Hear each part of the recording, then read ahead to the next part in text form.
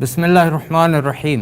ہم اس دور میں جی رہے ہیں جہاں ہمارے سامنے عید کے دن عراق کے صدر صدام حسین کو پھانسی دی گئی تھی اور ہم بطور ملک کچھ نہیں کر پائے تھے۔ ویپنز آف ماس ڈسٹرکشن کا جھوٹا جواز بنا کر عراق کو کھنڈر بنا دیا گیا، ہم کچھ نہیں کر پائے۔ ہم اس دور میں رہ رہے ہیں جہاں امریکہ نے شام پر چڑھائی کر دی، 15 لاکھ سے زائد شامی مسلمانوں کا خون بہایا، 10 لاکھ سے زیادہ عورتیں بیوہ ہوئیں، لاکھوں بچے یتیم ہو گئے، اور ہم بطور ملک خاموش رہنے کے سوا کچھ نہیں کر پائے۔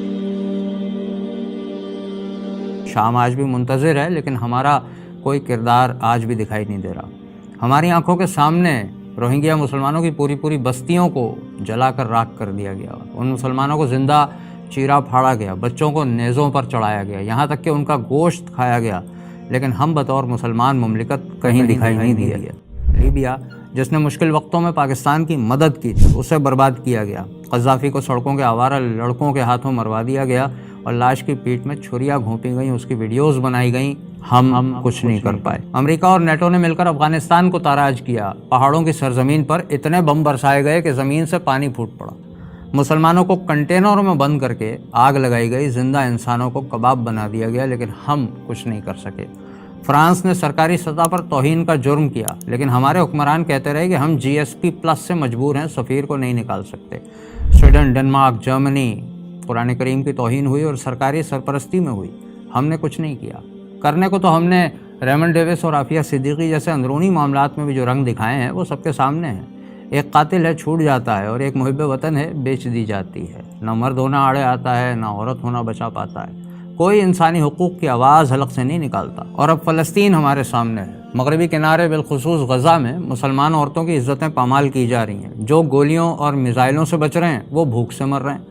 نہ مساجد باقی بچی ہیں، نہ اسپتال، نہ ان کے پاس غذا ہے، نہ دوا، پینے کا پانی تک موجود نہیں ہے۔ 57 ممالک جو کہنے کو اسلامی ہیں، کسی کے پرچم پر کلمہ لکھا ہوا ہے، کسی کے جھنڈے پر چاند بنا ہوا ہے، لیکن نہ چاند کا فلسفہ عملی طور پر کہیں نظر آ رہا ہے اور نہ ہی کوئی کلمے کی لاج رکھتا دکھائی دے رہا ہے، بلکہ کلمے والے لباس پہن کر تو فیشن شوز اور بیوٹی کانٹیسٹ ہو رہے ہیں۔ ایک اسرائیل جس کی مٹھی بھر فوج کے لیے ان 57 ممالک میں سے کسی بھی فوج کے 2 بریگیڈ ہی بہت کافی ہو سکتے ہیں، لیکن ہم بے بس ہیں۔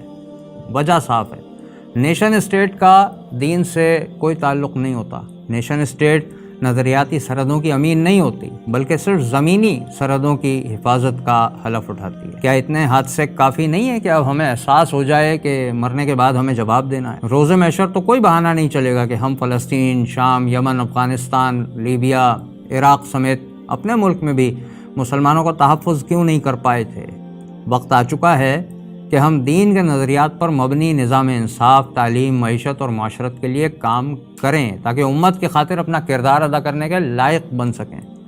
معذرت چاہتا ہوں، میں نے کہا کہ وقت آ چکا ہے، وقت آئے ہوئے تو زمانہ گزر گیا، اب تو وقت ہاتھ سے جا رہا ہے۔